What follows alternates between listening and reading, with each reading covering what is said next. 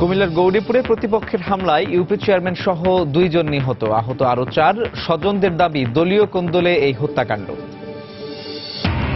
বিমানবন্দরে নিরাপত্তার কোনো ঘাটতি নেই, তবে হামলার ঘটনা দুঃখজনক। সংবাদ সম্মেলনে বিমানমন্ত্রী বললেন, জঙ্গি সম্পৃক্ততা আছে কিনা খতিয়ে দেখা হচ্ছে। পরিসংখ্যানে এগিয়ে থাকলেও বাস্তবে নারীর ক্ষমতায়নে পিছিয়ে বাংলাদেশ। আইনের প্রয়োগ ও সামাজিক দৃষ্টিভঙ্গি পরিবর্তনের তাগিদ বিশ্লেষকদের। আর কয়েক ঘন্টা পরই শুরু হচ্ছে মার্কিন প্রেসিডেন্ট নির্বাচনে ভোট গ্রহণ। শেষ মুহূর্তের জরিপে এগিয়ে হিলারি। এবং পরিবর্তিত সূচিতে আজ শুরু হচ্ছে বিপিএল। প্রথম ম্যাচে চিটাগং ভাইকিংসের মুখোমুখি হবে কুমিল্লা ভিক্টোরিয়ান্স। ঢাকা ডায়নামাইটসের প্রতিপক্ষ বরিশাল বুলস।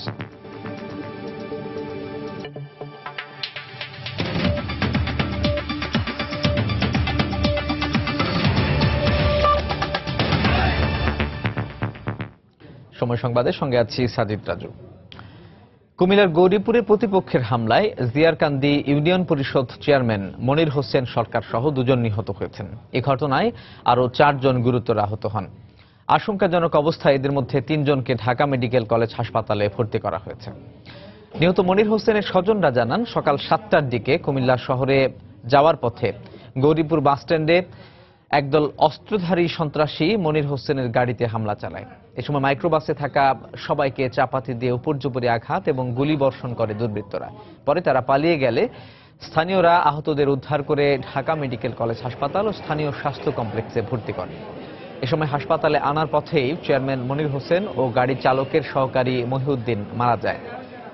নিহতদের স্বজনদের অভিযোগ, দলীয় কোন্দলের জের ধরেই এই হামলা করা হয়েছে। নিহত মনির তিতাস উপজেলা যুবলীগের যুগ্ম আহ্বায়ক ছিলেন বলেও জানিয়েছেন স্বজনরা।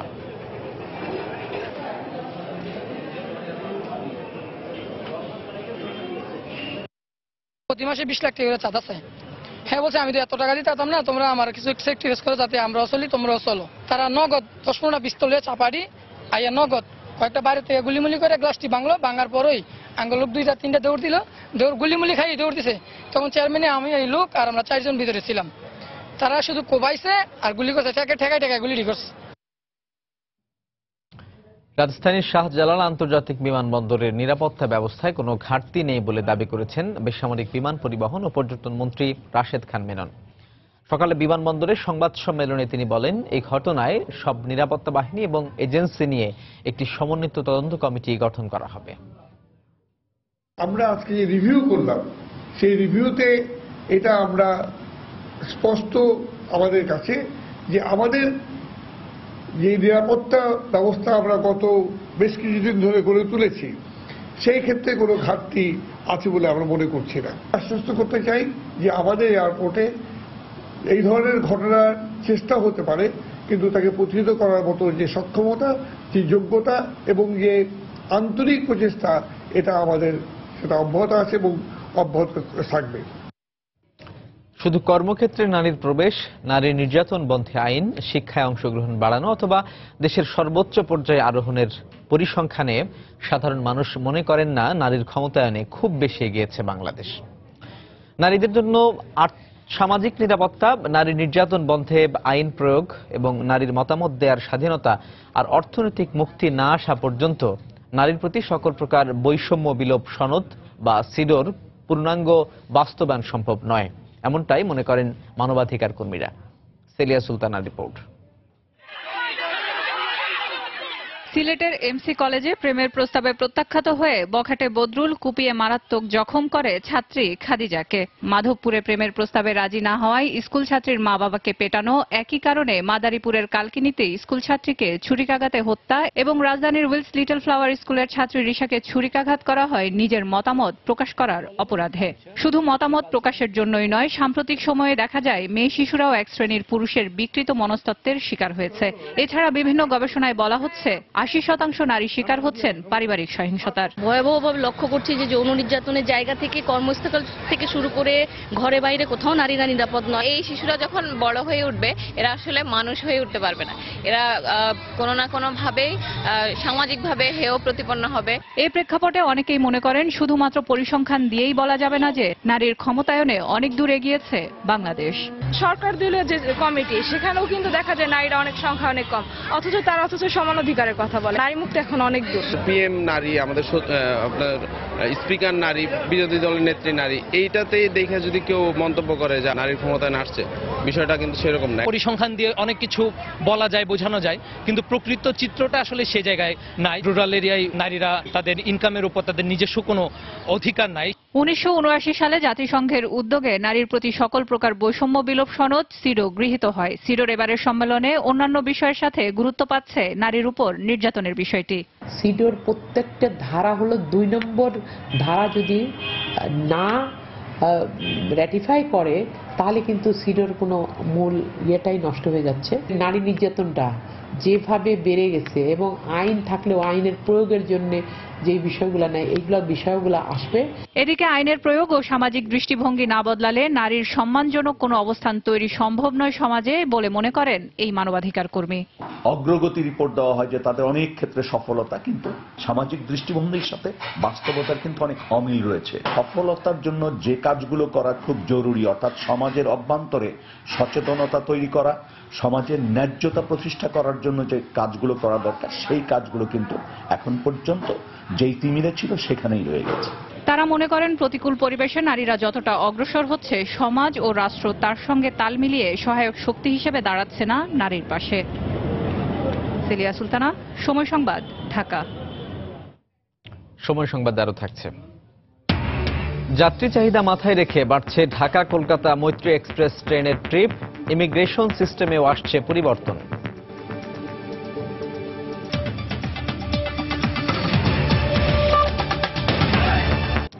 এবার মার্কিন প্রেসিডেন্ট নির্বাচনের খবর।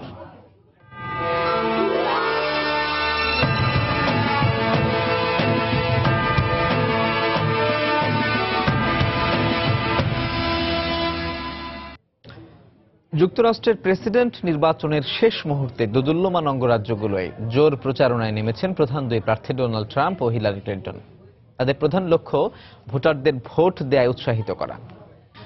সবশেষ জরিপগুলোয় সামান্য ব্যবধানে ট্রাম্পের চেয়ে এগিয়ে আছেন সাবেক ফার্স্ট লেডি। জরিপ প্রতিষ্ঠানগুলোর তথ্য মতে হিলারি নিশ্চিতভাবে 268টি ইলেকটোরাল কলেজ ভোটে সংখ্যাগরিষ্ঠতা পাবেন, অন্যদিকে ট্রাম্প পাবেন 204টিতে। নিউ ইয়র্ক থেকে আরো জানাচ্ছেন তুষার আব্দুল্লাহ। মার্কিন প্রেসিডেন্ট নির্বাচনের দুই প্রার্থী কিন্তু এখন শেষ মুহূর্তে প্রচারণায় ব্যস্ত এবং আজ প্রচারণার শেষ দিনে ডোনাল্ড ট্রাম্প 5টি এবং হিলারি ক্লিন্টন 3টি অঙ্গরাজ্যে প্রচারণা চালাবেন এবং নানা রকম যে জরিপ, সেই জরিপে কিন্তু এখন পর্যন্ত 3-4 পয়েন্টে এগিয়ে আছেন হিলারি ক্লিন্টন। রাজনৈতিক পর্যবেক্ষকরা বলছেন যে হিলারি ক্লিন্টন খুব সামান্য ব্যবধানে হয়তো শেষ পর্যন্ত জিতেই যাবেন। সর্বশেষ নর্থ ক্যারোলিনা থেকে যে খবরটি পাওয়া গিয়েছে সেখানে বলা হচ্ছে যে সেখানে হিলারি ক্লিন্টন এবং ডোনাল্ড ট্রাম্প পাশাপাশি একদম অবস্থান করছেন। এখানে হিলারি ক্লিন্টন যদি সেই অঙ্গরাজ্য জয়ী হতে চান তাহলে তাকে নির্ভর করতেই হবে আফ্রো আমেরিকানদের উপর। এবং এই যে দুইজন প্রার্থী যে 270 সংখ্যাটির পিছনে ছুটছেন, সেখানে কিন্তু জরিপে পূর্বাভাস হচ্ছে যে 268টি পাবেন হিলারি ক্লিন্টন এবং 204টি রিপাবলিকান প্রার্থী ডোনাল্ড ট্রাম্প। রাজনৈতিক পর্যবেক্ষকরা বলছেন যে উইকিলিক্স হোক আর যে কোনো ভাবেই হোক, হিলারি ক্লিন্টন কিংবা ডোনাল্ড ট্রাম্প তাদের বিরুদ্ধে, তাদের বিষয়ে যদি কোনো রকমের স্ক্যান্ডাল এই শেষ মুহূর্তে প্রচার হয়, প্রকাশিত হয়, সেটাও এই নির্বাচনের এই শেষ মুহূর্তে এসে খুব একটি কাজে লাগবে না।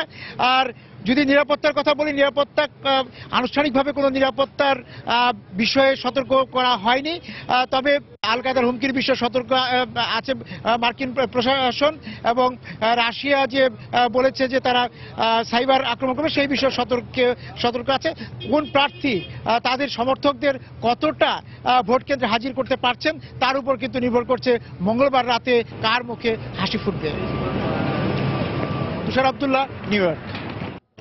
সকাল থেকে রাজধানীর নয়াপল্টনে বিএনপির কেন্দ্রীয় কার্যালয়ের সামনে অবস্থান নিয়েছে পুলিশ। সেখান থেকে আটক করা হয়েছে মহিলা দলের 3 কর্মীকে।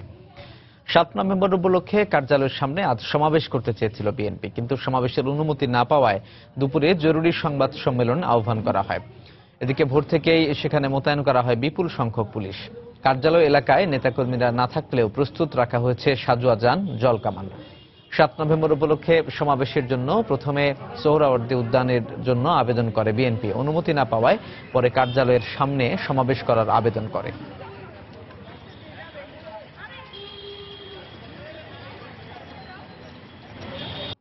গ্যাসের অপচয় রোধে এবার চট্টগ্রামে প্রিপেইড মিটার বসাতে যাচ্ছে কর্ণফুলী গ্যাস ডিস্ট্রিবিউশন কোম্পানি। আগামী বছরের শুরুর দিকে পর্যায়ক্রমে এই সেবা দেয়া হবে নগরীর 60,000 গ্রাহককে। এই পদ্ধতিতে গ্যাস সংকট নিরসনের পাশাপাশি উপকৃত হবে গ্রাহকরা। সরকার ও জাপানি সংস্থা জাইকার অর্থায়নে এই প্রকল্পে ব্যয় হবে 247 কোটি টাকা। আশরাফুল আলম মামুনের ছবি ও শফিকুল আলমের তথ্য নিয়ে ডেস্ক রিপোর্ট। রান্না হোক বা না হোক, বাসাবাড়িতে গ্যাসের চুলা জ্বালিয়ে রাখা নতুন কিছু নয়। এমনকি গ্যাস পুড়িয়ে কাপড় শুকানোর দৃশ্য চোখে পড়ে হরহামেশা। ব্যবহার কম বা বেশি যাই হোক, গ্রাহককে মাস শেষে নির্দিষ্ট পরিমাণ টাকা দিতে হয় বলে বাসাবাড়ি থেকে কলকারখানা সব জায়গায় হরদম চলে জাতীয় সম্পদ গ্যাস অপচয়ের মহোৎসব। এ অবস্থায় গ্যাসের অপচয় ঠেকাতে কর্ণফুলী গ্যাস ডিস্ট্রিবিউশন কোম্পানি চট্টগ্রামে বসাতে যাচ্ছে গ্যাসের প্রিপেইড মিটার। যত টাকা আমরা ঢুকাবো গ্যাস ইউজ করার জন্য, আমরা অতটাই গ্যাস ব্যবহার করব। এতে করে একদিকে আমাদের গ্যাসের বাড়তি অপচয়টা হচ্ছে না, ইউজের পরে বুঝতে পারবো যে গভর্নমেন্ট আমাদেরকে কতটা এই ব্যাপারে সুবিধা দিচ্ছে বা আমরা কতটা সুবিধা পাচ্ছি। আমরা তো আগে 650 টাকা 2 চুলার জন্য দিতাম, এখন প্রিপেড সিস্টেম করলে ভালো হবে। 200 টাকার গ্যাস কিনবো, 200 টাকা জ্বালাবো। প্রিপেইড পদ্ধতিতে নির্দিষ্ট বুথে গিয়ে দেয়া কার্ডটিতে ঢোকাতে হবে টাকা, আর বাড়ির আঙিনায় বসানো মিটারে কার্ডটি রিচার্জ করলেই টাকার পরিমাণে পাওয়া যাবে গ্যাস। মিটার ইনস্টলেশনের সাথে সাথে গ্রাহকদেরকে আমরা একটা কার্ড দেব। কার্ডটা রিচার্জ করার জন্য রিচার্জ সেন্টার থাকবে। টাকা যখন শেষ হয়ে যাবে গ্রাহক ওই রিচার্জ সেন্টারে যে টাকা রিচার্জ করে নিয়ে আসবে কার্ডে। এদিকে এই পদ্ধতি গ্রাহক বান্ধব উল্লেখ করে এর নানা সুবিধার কথা জানালেন তিনি। প্রায় আমাদের 6 লক্ষ আবাসিক গ্রাহক আছে। সবগুলোকে যখন আমরা প্রিপেড মিটারের আওতায় আনতে পারলে আমাদের অনেক গ্যাস সাশ্রয় হবে। তো গ্যাস সাশ্রয় হলে তো এগুলো আমরা অন্যদিকে সংযোগ অবশ্যই ইনশাল্লাহ দিতে পারবো। চট্টগ্রামে আবাসিক ও বাণিজ্যিক মিলে গ্রাহক সংখ্যা 6 লাখ। প্রাথমিকভাবে নাসিরাবাদ ও খুলশী আবাসিক এলাকায় বসানো হবে 3000 গ্যাসের প্রিপেইড মিটার। পর্যায়ক্রমে চাঁদগাঁও, খুলশী ও চকবাজার সহ নগরীর 60,000 গ্রাহক আসবে এই সেবার আওতায়। সময় সংবাদ, চট্টগ্রাম। সময় সংবাদ আরো থাকছে। প্রথম বাংলাদেশি হিসেবে আন্তর্জাতিক ক্রিকেটে 15 বছর পূর্ণ করলেন মাশরাফি। দীর্ঘদিন টাইগারদের হয়ে খেলবেন ম্যাচ, প্রত্যাশা সাবেক ও বর্তমান সতীর্থদের।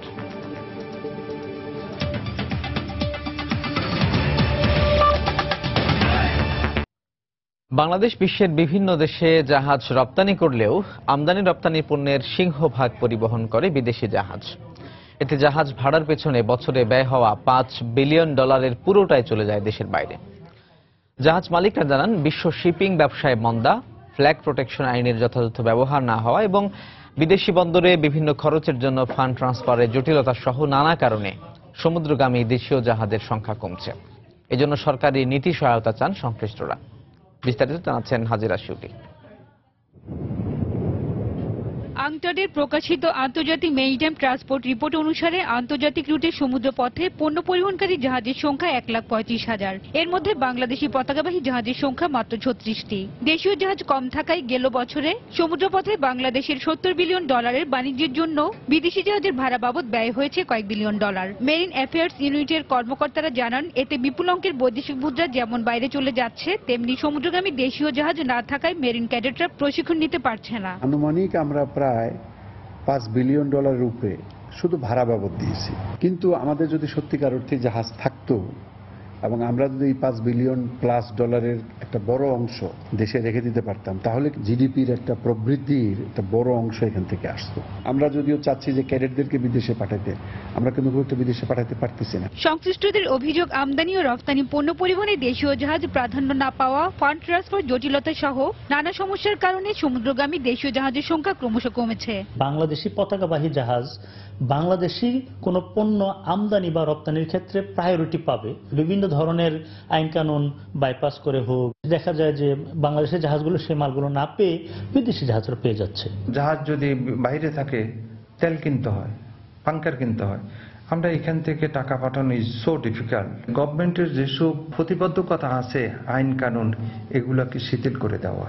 তবে পণ্য পরিবহনের সাথে যুক্ত ফ্রেট ফরওয়ার্ডারদের মতে দেশীয় শিপিং কোম্পানিগুলো যোগাযোগ নেটওয়ার্ক দুর্বল হওয়ায় তারা এ ব্যবসায় টিকতে পারছে না। বাংলাদেশি ফ্ল্যাগ ভেসেলে বিভিন্ন জায়গায় কাজ করছেন, তারা যদি যে রুটগুলো আমাদের জন্য সবচেয়ে বেশি প্রয়োজনীয়, ধরেন চায়না, বাংলাদেশ বা ফার ইস্ট থেকে এখানে আসা এবং ফিডারিং টু কলম্বো এবং সিঙ্গাপুর, ওনারা যদি ভেসেল অপারেট করে, আমি অবশ্যই মনে করি যে তারা সফলকাম হতে পারবেন। 2013 সালে সমুদ্রগামী দেশীয় জাহাজের সংখ্যা ছিল 72টি। ক্রমাগত লোকসানে গত 4 বছরে অর্ধেক জাহাজের স্ক্র্যাপ হিসেবে বিক্রি করে দেয় মালিকরা। বর্তমানে বেশ কিছু বড় শিল্প গ্রুপ নিজস্ব শিল্পের কাঁচামাল আমদানির জন্য জাহাজ কিনলেও বাণিজ্যিক পণ্য আমদানি হচ্ছে বিদেশি জাহাজেই। হাজার শিউলি, সময় সংবাদ, ঢাকা। জনপ্রিয়তা ও চাহিদা বাড়ায় ঢাকা কলকাতা মৈত্রী এক্সপ্রেস ট্রেনের ট্রিপ বাড়ানোর সঙ্গে সঙ্গে ইমিগ্রেশন শুধু ঢাকা ও কলকাতার রেল স্টেশনে করলেই চলবে। আগামী জানুয়ারি থেকে নতুন এই ইমিগ্রেশন সিস্টেম চালু হবে বলে জানিয়েছে বাংলাদেশ রেলওয়ে কর্তৃপক্ষ। এছাড়া পরীক্ষামূলকভাবে চালু করা হবে খুলনা কলকাতা ট্রেন সার্ভিসও। এক্ষেত্রে যাত্রী সেবার মান উন্নত করার তাগিদ বিশেষজ্ঞদের। বিস্তারিত ফেরদৌস লিপির রিপোর্টে। 2008 সালে বাংলাদেশ ও ভারতের মধ্যে সরাসরি যাত্রীবাহী ট্রেন সার্ভিস চালু হয়। প্রথম দিকে যাত্রী সংখ্যা কম থাকলেও বর্তমানে চাহিদা বেড়েছে। এই কারণে উভয় দেশ ট্রেনের আসন সংখ্যা বাড়ায়। তাতেও চাহিদা পূরণ না হওয়ায় ট্রিপের সংখ্যা বাড়ানোর সিদ্ধান্ত নেয় দুদেশের সরকার। সেই সাথে সহজ করা হচ্ছে ইমিগ্রেশন চেকিং এর নিয়ম কানুনও। আমরা ইন্ডিয়ান কর্তৃপক্ষের সাথে গত 8 থেকে 10 অক্টোবর যে IGRM মিটিং হয়, সেখানে সিদ্ধান্ত নিয়েছি এটা আর একটা দিন বাড়ায় দেওয়া। এটা ইন্ডিয়ান রেক দিয়ে বাড়ানো হবে। ইমিগ্রেশনটা হবে এন্ড টু এন্ড, অর্থাৎ এখন মনে করেন যে ঢাকা স্টেশনে যে কাস্টমস ইমিগ্রেশন হয়, আবার কাস্টমস ইমিগ্রেশন কলকাতাতে হবে। এদিকে চাহিদা থাকায় খুলনা ও কলকাতা রুটে ট্রেন সার্ভিসও চালু হবে জানুয়ারিতে। প্রাথমিক পর্যায়ে সপ্তাহে একদিন এই ট্রেন চলাচল করবে বলে জানান রেলওয়ের মহাপরিচালক। ফাইনালি আমরা ভারতীয় কর্তৃপক্ষের রাজি করতে সমর্থ হয়েছি এবং আমরা সিদ্ধান্ত নিয়েছি আগামী জানুয়ারি থেকে এই খুলনা এবং কলকাতা এই ট্রেন যাত্রা হবে। এই ট্রেনটা স্টপেজটা আমরা একটা স্টপেজ রাখবো যশোরে। এদিকে কাস্টমস পরীক্ষার কাজটি ট্রেনের অভ্যন্তরীণ করলেই যাত্রী হয়রানি অনেকাংশ কমিয়ে আনা সম্ভব বলে অভিমত এই বিশেষজ্ঞের। একটা ট্রেনে 2-3 জন কাস্টমার লোক চলে আসে, তারা যদি সেখানে চেক করে এবং প্যাসেঞ্জাররা শুধু জাস্ট বসে থেকে ওইখানে হয়রানি হলো না, ট্রেন স্টেশনে নেমে তারা তাদের মতো তারা চলে গেল। এটা আজকাল বিশ্বের সব ইন্টারন্যাশনাল এই ট্রেন সার্ভিসগুলোতে এগুলো চালু হয়ে গেছে। বর্তমানে বুধ, শুক্র ও রবিবার ঢাকা থেকে মৈত্রী এক্সপ্রেস কলকাতার উদ্দেশ্যে ছেড়ে যায় এবং কলকাতা থেকে মঙ্গল, শনি ও সোমবার ট্রেন ঢাকায় আসে। আর নতুন ট্রেনটি কলকাতা থেকে শুক্রবার ও ঢাকা থেকে শনিবার ছাড়বে। ফেরদৌস লিপি, সময় সংবাদ, ঢাকা। সিলেটে কলেজ ছাত্রী খাদিজা হত্যা চেষ্টা মামলায় বদরুল আলমকে অভিযুক্ত করে আদালতে চার্জশিট দিয়েছে পুলিশ। বেলা 11:30টার দিকে আদালতের সিনিয়র সহকারী কমিশনার আব্দুল আহাদ চৌধুরীর কাছে চার্জশিট জমা দেন মামলার তদন্তকারী কর্মকর্তা শাহপরান থানার SI হারুনুর রশিদ। এতে মামলার একমাত্র আসামি বদরুলকে অভিযুক্ত করা হয়। এর আগে গত 23 অক্টোবর বদরুলকে আদালতে তোলা হলেও চার্জশিট না হওয়ায় শুনানি স্থগিত করেন আদালত। গত 3 অক্টোবর সিলেট সরকারি কলেজের শিক্ষার্থী খাদিজা আক্তার নার্গিসকে কুপিয়ে জখম করে বখাটে বদরুল আলম। এই ঘটনায় খাদিজার চাচা বদরুলকে আসামি করে শাহপরান থানায় একটি মামলা করেন। খাদিজা বর্তমানে রাজধানীর স্কয়ার হাসপাতালে চিকিৎসাধীন রয়েছেন। গতকাল তার হাত ও মাথায় সফল অস্ত্রোপচার সম্পন্ন হয়েছে।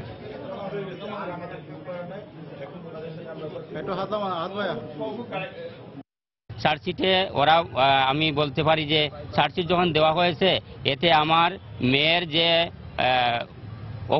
অবস্থার উপরে যে চার্জশিট দেওয়া আছে, আমি ওর ফাঁসি চাই, ওকে ফাঁসি দেওয়ার জন্য জোর দাবি জানাচ্ছি। আসামি নিজ স্বেচ্ছায় যখন স্বীকারোক্তি দিতে চাইছে, আমরা তখন তাকে আদালতে হাজির করলে সে স্বীকারোক্তিমূলক জবানবন্দি দাখিল করে। এছাড়া আমরা যেখানে ভিকটিম চিকিৎসা নিচ্ছে সেখান থেকে আমরা ডাক্তারি সনদ সংগ্রহ করি। সবগুলো অ্যাকুমুলেট করে আমরা আজকে পুলিশ রিপোর্ট দাখিল করছি। বিপিএল এর খবর। আজ থেকে নতুন সূচিতে শুরু হচ্ছে বিপিএল এর 4র্থ আসর। উদ্বোধনী ম্যাচে মিরপুর শেরেবাংলা স্টেডিয়ামে বর্তমান চ্যাম্পিয়ন কুমিল্লার মুখোমুখি হবে চিটাগং ভাইকিংস। ম্যাচটি শুরু হবে দুপুর 2টায়। আরেক ম্যাচে সন্ধ্যা 7টায় ঢাকা ডায়নামাইটস লড়বে বরিশাল বুলসের বিপক্ষে। গেলবার তারকা সমৃদ্ধ দল না গড়েও দলীয় চেষ্টা ও মাশরাফির অধিনায়কত্বে দুর্দান্ত শিরোপা জয় করেছিল কুমিল্লা ভিক্টোরিয়ান্স। এবার দলে আছেন শেহজাদ, মাশরাফি, নারাইন, ইমরুল, ইমাদ, ওয়াসিমদের মতো তারকারা। অন্যদিকে গেল আসরে তামিম ইকবাল দুর্দান্ত ব্যাটিং করলেও ষষ্ঠ হয়ে শেষ হয়েছিল চিটাগং ভাইকিংসের বিপিএল মিশন। এবার দলে ক্রিস গেইল, নবী, তাসকিন, শুভাশিস, রাজ্জাক, সাকলাইনরা থাকায় ব্যর্থতা ভুলে শিরোপা জেতার স্বপ্ন দেখছে তামিমের ভাইকিংস। এছাড়া আসরের দ্বিতীয় ম্যাচেই শক্তিশালী ঢাকা ডায়নামাইটসের বিপক্ষে মাঠে নামবে বরিশাল। মুশফিকুর রহিম এবার দলটির অধিনায়ক। যে কোনো দলের ব্যাটিং লাইন আপ গুড়িয়ে দেওয়ার ক্ষমতা রাখেন আলামিন, আবু হায়দার, ইমরুল, থিসেরা পেরেরা, ব্রাফেট, এমরিটরা। আর ঢাকা ডায়নামাইটসের সাঙ্গাকারার পরিবর্তে এবার নেতৃত্ব দেবেন বিশ্বসেরা অলরাউন্ডার সাকিব আল হাসান। জয়াবর্ধনে নাসির, রবি, Bopara, এভেন Luis, Dwayne Bravo, Tanvir, মেহেদীদের নিয়ে কাগজে কলমে বেশ শক্তিশালী দল গড়েছে ঢাকা। এ পর্যায়ে শীর্ষ সংবাদ জানিয়ে দিচ্ছি আরো একবার। কুমিল্লার গৌরীপুরে প্রতিপক্ষের হামলায় ইউপি চেয়ারম্যান সহ 2 জন নিহত, আহত আরো 4। স্বজনদের দাবি দলীয় কোন্দলে এই হত্যাকাণ্ড। বিমানবন্দরে নিরাপত্তার কোনো ঘাটতি নেই, তবে হামলার ঘটনা দুঃখজনক। সংবাদ সম্মেলনে বিমানমন্ত্রী বললেন, জঙ্গি সম্পৃক্ততা আছে কিনা খতিয়ে দেখা হচ্ছে। শেখ হাসিনার নেতৃত্বে আওয়ামী লীগের নির্বাহী কমিটির সদস্যদের টুঙ্গিপাড়ায় বঙ্গবন্ধুর সমাধিতে শ্রদ্ধা নিবেদন, দুপুরে যৌথ সভা। আর কয়েক ঘন্টা পরই শুরু হচ্ছে মার্কিন প্রেসিডেন্ট নির্বাচনে ভোট গ্রহণ। শেষ মুহূর্তের জরিপে এগিয়ে হিলারি। এবং পরিবর্তিত সূচিতে আজ শুরু হচ্ছে বিপিএল। প্রথম ম্যাচে চিটাগং ভাইকিংসের মুখোমুখি হবে কুমিল্লা ভিক্টোরিয়ান্স, ঢাকা ডায়নামাইটসের প্রতিপক্ষ বরিশাল বুলস। এই ছিল এখনকার মতো। যে কোনো খবর পেতে ভিজিট করুন সময়নিউজ.tv। যে কোনো বাংলা লিংক, রবি ও এয়ারটেল নম্বর থেকে সময় সংবাদের খবর, অনুষ্ঠান সম্পর্কে জানতে এবং যে কোনো তথ্য সময় সংবাদকে জানাতে ডায়াল করুন 16242 নম্বরে। এছাড়া এইমাত্র পাওয়া খবর আপনার মোবাইলে পেতে এসএমএস করুন *BN লিখে পাঠিয়ে দিন 16242 নম্বরে। সঙ্গে থাকুন সময়।